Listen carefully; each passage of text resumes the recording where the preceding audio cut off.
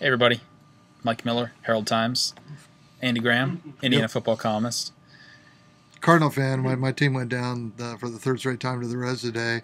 His Birds are doing better. His Baltimore Orioles are cruising to the American League East title. It's awesome. Good job. Are the Cards birds too? Do you Yeah, guys call them birds? Yeah, of course. Redbirds. Absolutely. The Redbirds. You don't call them just birds though. Could have Birds versus Birds World Series, which would be all kinds of awesome. Would be ornithologically correct. Figure out exactly how we want to interact during that period of time. I wouldn't talk to you. I've never experienced. He's warning me now, so I've been a long-suffering Orioles fan. Long-suffering. Long-suffering. That's right. Cardinal fans were spoiled, so I once watched Pedro Swan play the outfield in September. That's how bad it was one year. That's quite an indictment. It was bad.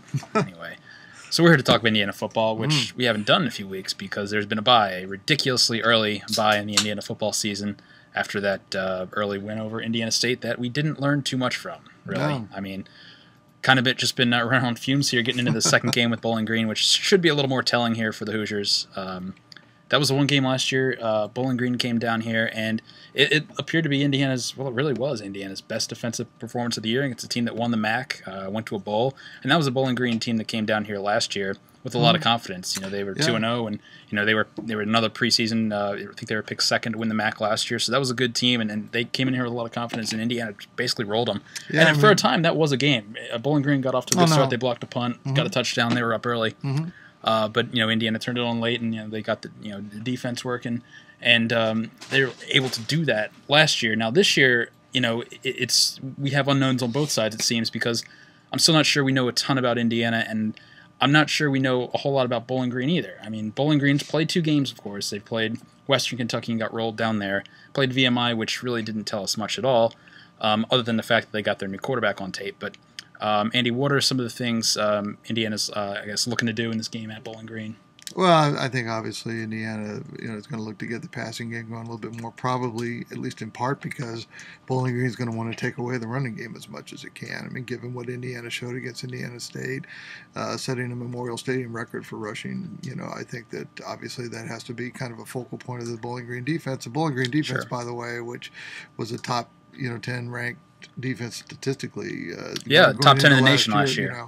But graduated some guys. I think they graduated. I think they only have 4 returning starters. Right, they graduated 7 guys. So it's hard to say. I mean, last year's result was an anomaly anyhow. Yeah. I mean, Indiana had a couple other good defensive performances. Certainly, they played well defensively against Penn State, for example. But that might have been Indiana's best defensive job of the year. And Bowling Green, what was it, 41-10? Was that the result? 42-10? 42-10, I think, something like that. 42-10. Bowling Green lost by 3 to Toledo and lost by 3 to Pitt in the bowl game, and that was that margin of victory that Indiana had was unusual. I mean, Bowling Green won 10 games, and their other losses were extremely narrow losses. So that was a really good Bowling Green team, and I think Indiana knew at the time it was a really good Bowling Green team. But that day, Indiana played really well, and things kind of went Indiana's way, both.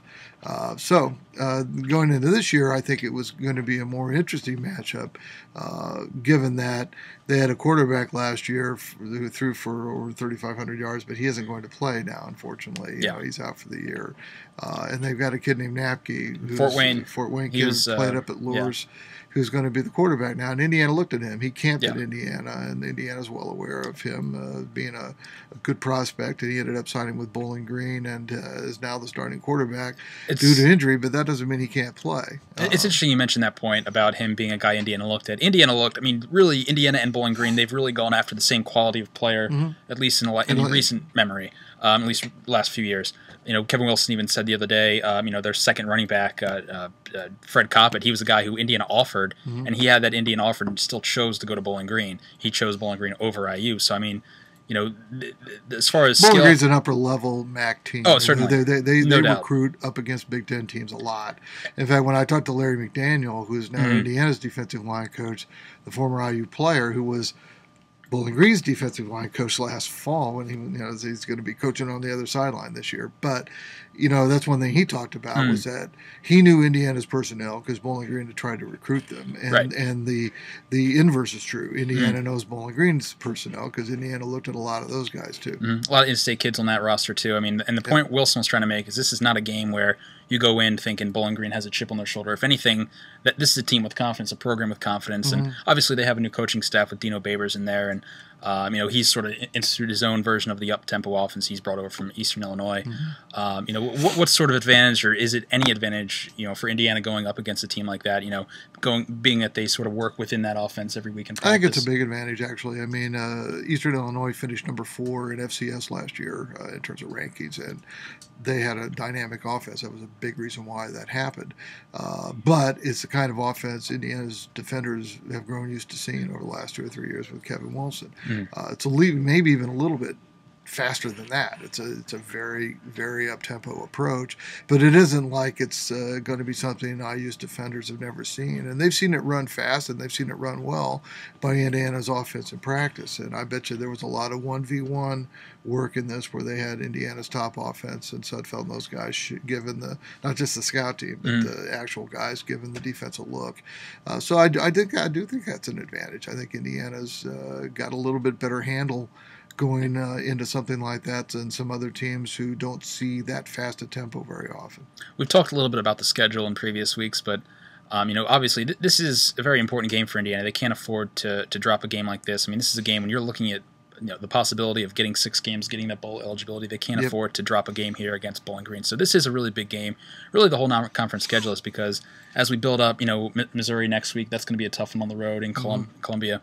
After that, you come back and you get Maryland, followed by North Texas. Game, so huge Big Ten opener. This is not only the true, real beginning. Like Indiana State was nice to get back there at Memorial Stadium, but this is the true opener of a 6-game stretch for Indiana. That's going to be pretty darn important. It's a road game against a program that has been a quality program for a long time, and they're excited to get Indiana there too. Whether you talk MAC or not, I mean, these guys have been good for a long time. I mean, Urban Meyer coached there; they've been good for a long time. Yeah, and so it's a good place for Indiana to go see what they're made of and what they can. They do need. Indiana does need to win. I mean, it's one of those games where you look at the schedule and say, it's a MAC opponent, even though it's on the road, even though it's a don't look down at MAC opponent.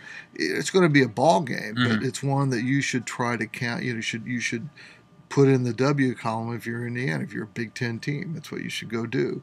And so if Indiana's a better team, and I think it is, then in terms of last year, I'm comparing Indiana to Indiana. Then Indiana needs to go in there and show that.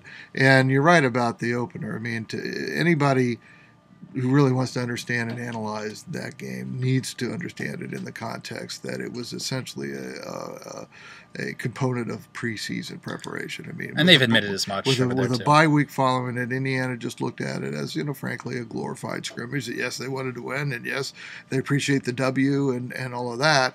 But we've talked about this, post game after that game, that they didn't put a lot on film that other foes could scout, and there was a reason why they did that. I mean, they wanted to continue through that and then see what they could do against Bowling Green, which is another reason why I didn't think people should have gotten too bent out of shape over the struggles in the passing game, the relative struggles in the passing game, because frankly, that wasn't what that game was about. That game was about physicality, working through it, getting the running game established, and Nate Sudfeld's job was basically to hand off in that game. The running backs were told even before the game, this one's on you guys.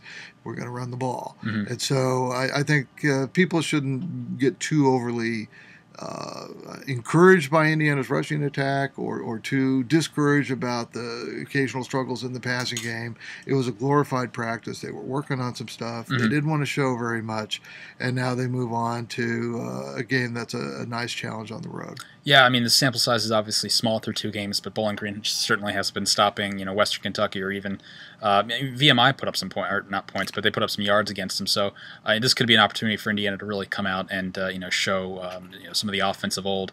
It'll be interesting to see sort of what they are able to do with this passing game, because there are obviously a lot of still unanswered questions of what really is there. I mean, You look at some of the different role changes, new personnel. Really didn't see them really integrated into the game plan against Indiana State. So that'll be one thing to watch as far as who's out there when, where. And I thought the defense was kind of vanilla too. Yeah. It's not like they showed a lot of different blitzing out of that. They really didn't. So look, I mean, Bowling Green's going to be fired up. I mean, they're very excited about getting a Big Ten team. They are. I mean, Yeah. the MAC Big Ten dynamic does count in that regard.